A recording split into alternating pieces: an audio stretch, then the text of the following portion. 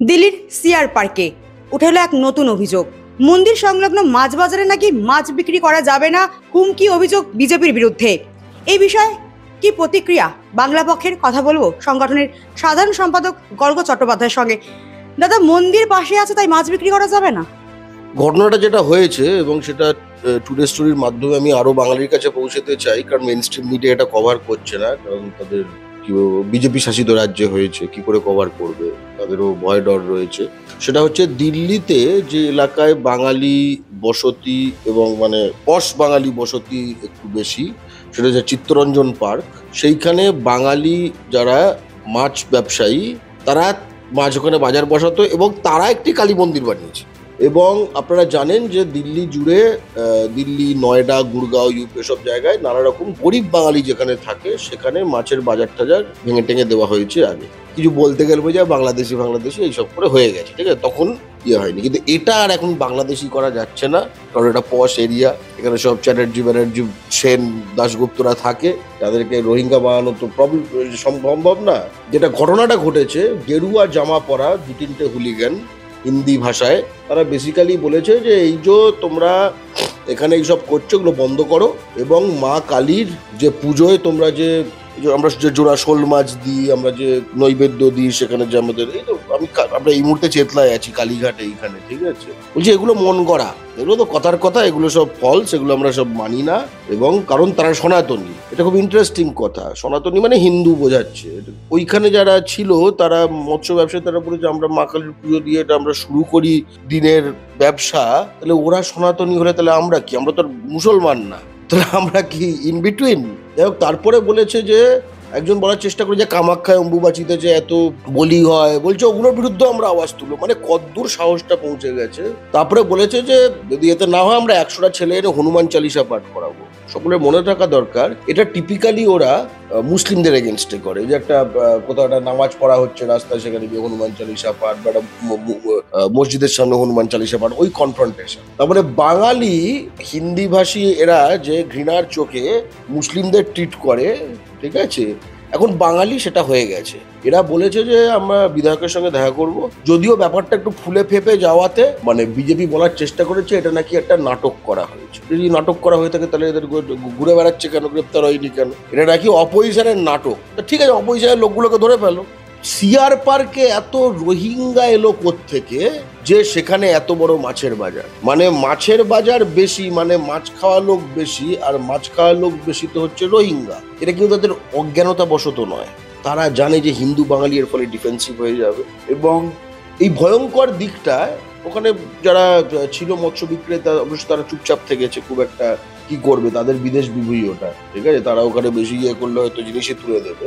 আরেকজন মারোয়ারি, তার নাম হচ্ছে মীনা দেবী পুরোহিত, বিজেপির, সেই পশ্চিমবাংলার মাটিতে বসে, ঠিক আছে, আমরা তো ওখানে গিয়ে অনেকে আমাদের বলছেন ওখানে গিয়ে আপনারা কিছু করবেন, ওখানে আমাদের কোনো সংগঠন নেই, ঠিক আছে, কিছু নেই, আমরা গিয়ে করুন, কথাটার অর্থটা কি? সেখানে সে এটা অ্যাবসার্ড। এখানে আমাদের বুঝতে হবে যে আমরা পশ্চিমবঙ্গের মাটিতে কোথায় দাঁড়িয়ে রয়েছি, যে মীনা দেবী পুরোহিত বিজেপি কাউন্সিলর, কলকাতার ডেপুটি মেয়র পর্যন্ত হয়েছে, কি দুর্ভাগ্য বাঙালি। সেখানে সে বলেছে যে পশ্চিমবঙ্গে খোলা মাছ বিক্রি হয়, দেখে গা ঘিন করে, মাথা গুলায়, গা গুলায়, তাই জন্য খোলা মাছ বিক্রি করা যাবে না। বাংলা পক্ষ মাছ ভাত উৎসব করেছিল তার ওয়ার্ডে গিয়ে বিরাট করে, এবং মাছ টাছ খাইয়ে। এই কলকাতার মাটিতে স্কুল আছে বহিরাগত মালিকানাধীন, যেখানে মাছ ননভেজ অ্যালাউ করা হয় না। এমনকি টেলিগ্রাফে একটি রিপোর্ট বেরিয়েছিল যেখানে বলছে যে বাঙালি ছেলেমেয়েরা যেহেতু বাড়িতে মাছ মাংস খায়, তাই জন্য স্কুলে যেন তাদের এই যেগুলো রয়েছে বহিরাগত, এদের থেকে আলাদা বসানো হয়। মানে আপনি ভেবে দেখুন এটা কোন স্তরে পৌঁছে গেছে। সিবিএসই স্কুলগুলো সব করে অধিকাংশই মালিক এই বহিরাগতগুলো, ঠিক আছে, ঠান্ডানিয়া, বান্ডানিয়া, গান্ডানিয়া, বড়বাজারিয়া, গাটকাটিয়া, তো এই স্তরে জিনিসটা চলে গেছে। এবং তারপরে হাসপাতাল, আমি আপনাকে বলছি আমার মেয়ে জন্মেছিল ILS হাসপাতালে। পয়েন্ট ইজ ওটার মালিক ছিল হচ্ছে ওই সাম মারওয়ারি, ঠিক আছে, সে ওখানে রুগীদের পথ্য ননভেজ নট অ্যালাউড। আমি একজন ডাক্তারি পাস, আমি MBBS পাস করেছি। রুগীদের পথ্য নির্ধারণ করবে চিকিৎসা বিজ্ঞান, মেডিকেল সায়েন্স। এই যে হাসপাতালে চিকিৎসা বিজ্ঞানের ওপর চলে আসছে যে এই বদমাইশগুলো যে কিভাবে এই করবে, এবং এটার কিন্তু একটা গভীরতর অন্য জায়গায় রয়েছে। এরা আসলে এই যারা ননভেজ খায় এদের অশুদ্ধ মনে করে।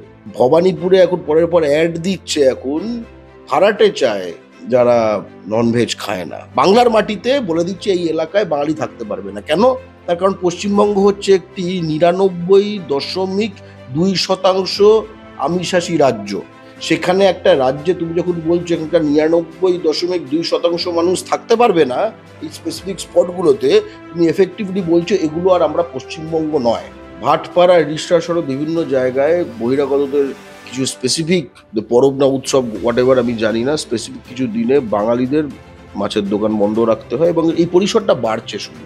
এটুকু বলতে পারি, বাংলার মাটিতে বাংলা ও বাঙালির শত্রুরা তাদের স্বরূপ দেখিয়ে দিচ্ছে। দিল্লিতে তাদের যে স্বরূপ, তাদের যে স্যাঙাতগুলো এখানে আছে, এদের স্বরূপ একই।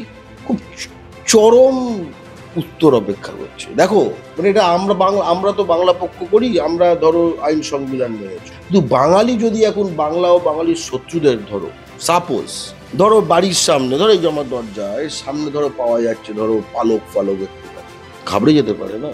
বাঙালি তো নানা রকম তন্ত্রমন্ত্র করে। বা ধরো টুকটাক এদিকে হাড় পাওয়া যাচ্ছে, মাছের কাঁটা পাওয়া যাচ্ছে, তাতে অশুদ্ধ হয়ে যাচ্ছে, সারা দিন ধুচ্ছে ফিনাইল দিয়ে, ঠিক আছে? তো এত ভালো অবশ্য ওদের যেরকম বালকি চেহারা, সারাদিন যদি মোচে ফোচে একটু ওয়েট কমবে, ঠিক আছে? এবং ওরা কোটিপতি হলেও তো স্বাস্থ্যসাথী আর ওই লক্ষ্মীর ভাণ্ডার নেয়, তাহলে স্বাস্থ্যসাথীর ওপরে ইম্প্যাক্ট একটু কম হবে, ঠিক আছে? কারণ obesity is the cause of many diseases. কিন্তু এটুকু বলা হচ্ছে যে বাঙালি কিন্তু ভাই খচে যাচ্ছে। বাঙালির খচারিটা এমন একটা জায়গায় চলে যাচ্ছে যেখানে বাংলা পক্ষকে আটকে রাখতে হচ্ছে। বাংলা পক্ষ যদি একবার এরকম করে দেয় না যে মানে আমরা আর পাচ্ছি না এই চাপটা সামলাতে, বাংলা পক্ষ বাঙালিকে আইন এবং সংবিধানের পথে রাখার চেষ্টা করছে।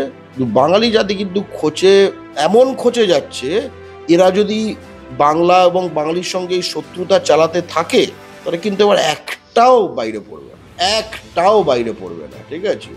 তখন কিন্তু কেউ না বলতে আসে যে বাঙালি বাঙ্গাল মে কা হো গিয়া, ঠিক আছে? এরকম যেন না বলতে